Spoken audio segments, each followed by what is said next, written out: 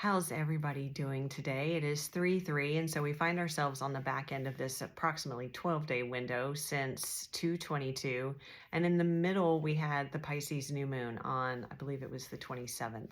So what does this mean? Well, I found it very interesting, and I'm going to link the video below because this really has to do a lot with integrating the healing, the wisdom, all the learning, all the tools, the upgrades that we have received that have come through the healing work that we've done, in particular ancestral healing and healing of generational wounds. There's a karmic aspect to it as well, especially with that Pisces moon in the middle of the week. And so the information I keep getting is this has very much to do with and this is what came through in the meditation, in really closing that chapter, that the chapter in which we wrote a story that was very much based upon wounding and conditioning. But again, there's so much that has to do with the ancestral wounds and the generational wounds. So things that have been passed down through your family lines, the things that we have come here in this incarnation, in this lifetime, to heal and to integrate that wisdom again. That's such an important part. It's not just about doing the healing and then releasing it. It's about integrating the wisdom, because it's from there that we can actually make new choices, change behavior patterns, change our mindset, change the way our perspectives, and that allows us to write the new story. And so that's really what came through in the meditation, is the need to intentionally close the old chapter, the chapter that was written based in getting the ink of ancestral wounding and how that impacted us, and the choices we made and the conditioning that we received.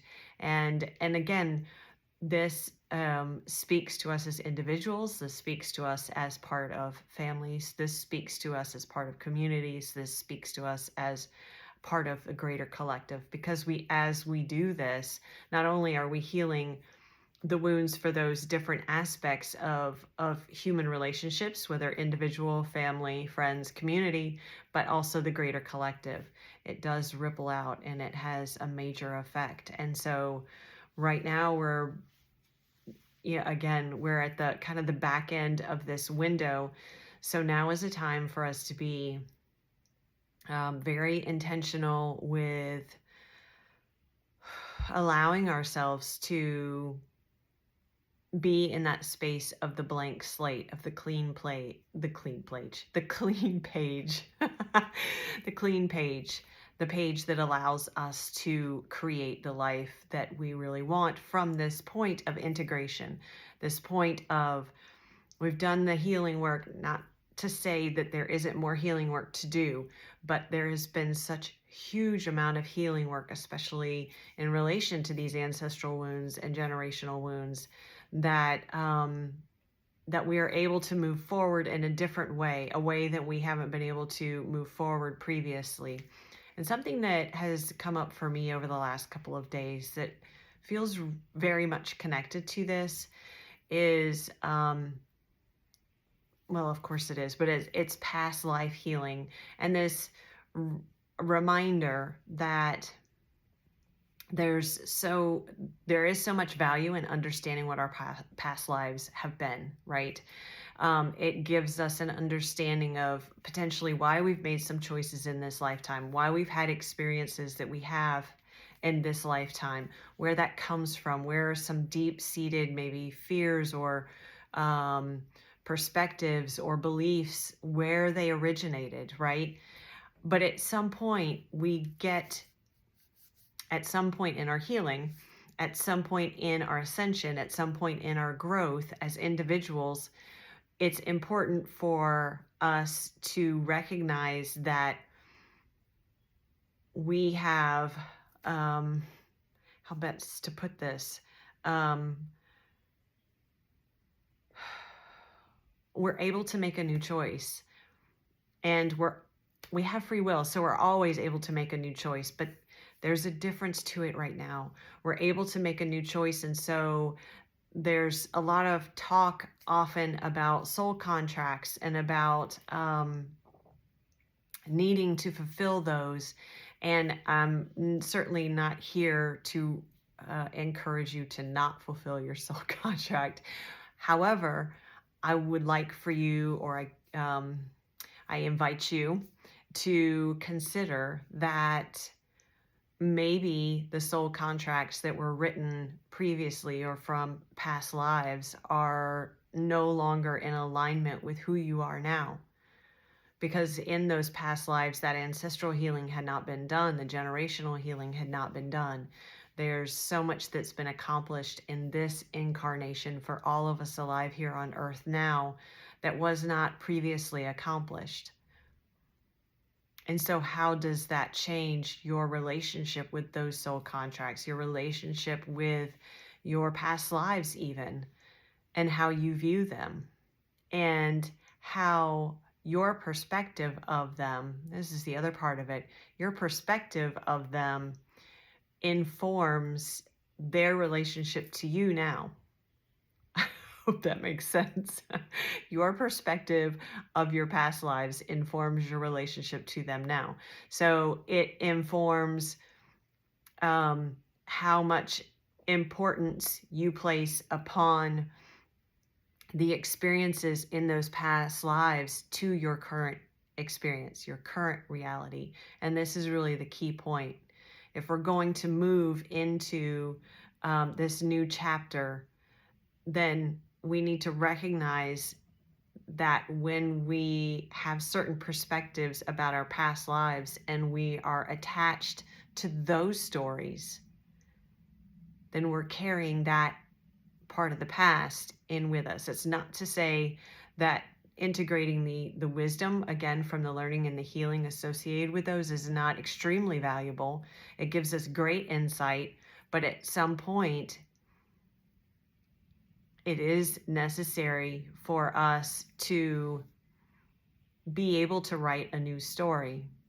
And so we also need to be honest with ourselves as to where all of our perspectives are originating from, or again, what perspectives are informing our thought forms in this reality. I hope this is making sense. Is this making sense to you guys?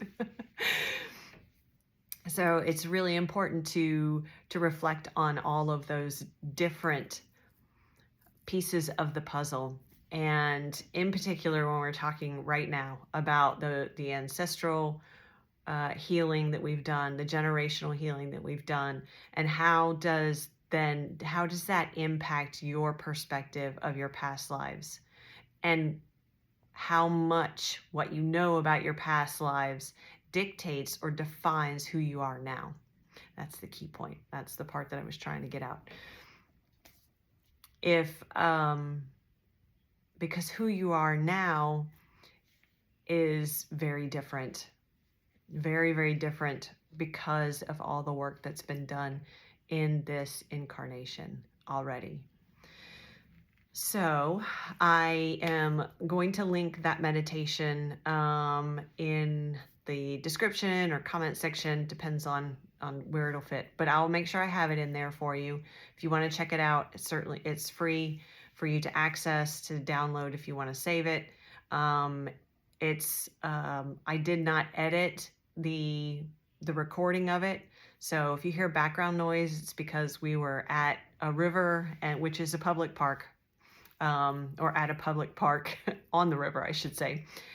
So you will hear some background noise, but also with that, then you get, I think, the full experience of it, because you get the experience of the changes in the weather around us during the meditation, the animals that joined us, and all of those things are important and symbolic and represent part of the energetic frequencies that were coming through at the time, the medicine that was coming through at the time. And so it's important for you guys to have that full experience, I think.